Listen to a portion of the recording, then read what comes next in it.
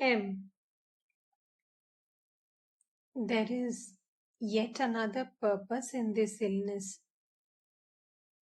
It is the final sifting of disciples. The devotees have achieved in these few days what they could not have realized by 5 years tapasya. Their love and devotion are growing by leaps and bounds. Master, that may be true. But Niranjan went back home. To Niranjan, please tell me how you feel.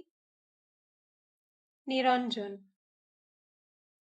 formerly I loved you, no doubt, but now it is impossible for me to live without you. M. One day I found out how great these young men were. Master. Where? M. Sir, one day I stood in a corner of the house at Shampukur and watched the devotees. I clearly saw that every one of them had made his way here through almost insurmountable obstacles and given himself over to your service.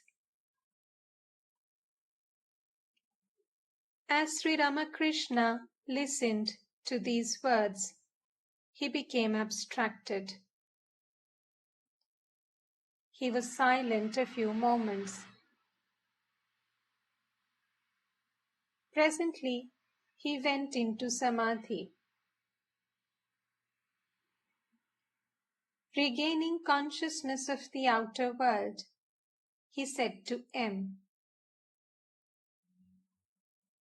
I saw everything passing from form to formlessness. I want to tell you all the things I saw, but I cannot. Well, this tendency of mine toward the formless is only a sign of my nearing dissolution. Isn't that so? M. Wonderingly. It may be. Master. Even now, I am seeing the formless, indivisible Satchidananda, just like that. But I have suppressed my feelings with great difficulty. What you said about the sifting of disciples was right. This illness is showing who belong to the inner circle and who to the outer. Those who are living here, renouncing the world, belong to the inner circle. And those who pay occasional visits and ask, "How are you, sir?" belong to the outer circle. Didn't you notice Bhavanath? The other day he came to Shampukur dressed as a bridegroom and asked me, "How are you?" I haven't seen him since. I show him love for Narendra's sake, but he is not in my thought anymore.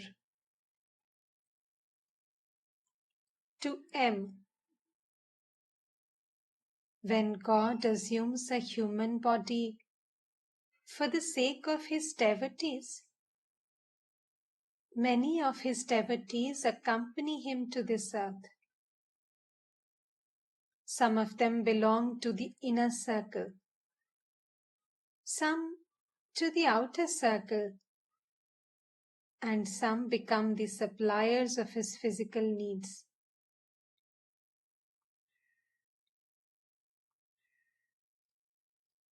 I experienced one of my first ecstasies when I was 10 or 11 years old, as I was going through a meadow to the shrine of Vishalakshi.